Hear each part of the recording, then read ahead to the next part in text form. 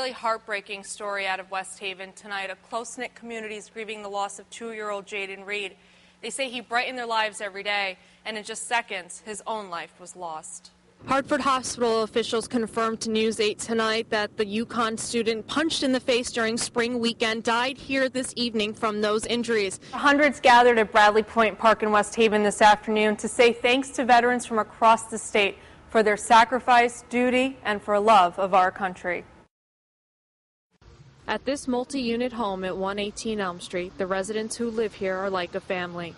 And today they grieved as a family, making arrangements together to say goodbye to Jaden Reed, who died from his injuries after falling from a window here Friday afternoon. Jaden's aunt Tyra Swain and neighbor Cynthia Bryant explained to News 8 what happened and how they're working to make sure he gets a proper farewell. And we're looking for any kind of donations just to help give him a beautiful burial and a beautiful wake because he didn't deserve this. He was a baby. Family tell us that Jaden's 17-year-old sister was babysitting at the time. She left the room for just 2 seconds to use the bathroom, and that's when he fell. Family members tell me that Jaden was upstairs in his third-floor apartment bouncing on his bed when he fell through that window, landing 25 feet down here on the pavement. It just makes you want to hold your children tighter and a little bit longer. This was definitely tragic and unexpected. In a special Saturday session here at the Capitol today, the first order of business, the budget. Republicans sending a message once again that they're out of budget talks. House Minority Leader Lawrence Cafaro said in budget talks last night, Republican Governor M. Jody Rell and the majority Democrats are close to finalizing a 2011 budget. But that deal does not include one suggestion made by Republicans to help close a nearly $15 billion budget deficit. We're on a train going 100 miles an hour towards a brick wall. It was our hope that we could take those steps to change the direction. Unfortunately, they want to go in a different direction, and we cannot be a part of that. Republicans say they are done. They're not talking about this anymore. Instead, they're going to bring their ideas and concerns here to the floor of the House. Cafaro and other Republicans said the budget does not include plans to consolidate state agencies as it would like it to do, reduce the state workforce, or privatize state services. Well, there's been a lot of suggestions. We were in a deficit. About 2 weeks ago, we settled the 2010 budget.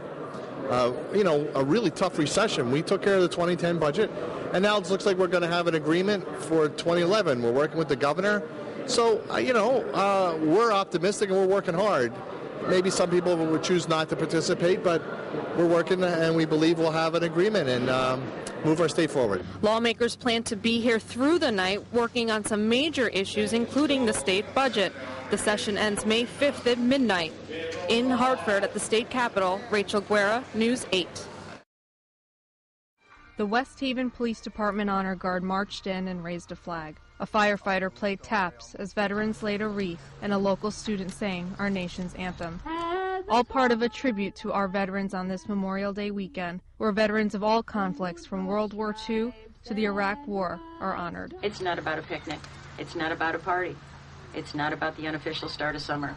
It's about the veteran. For 4 years, the West Haven Veterans Council, with the help of so many others, have sold bricks to those who want to honor a loved one. Each year, a section of bricks is dedicated.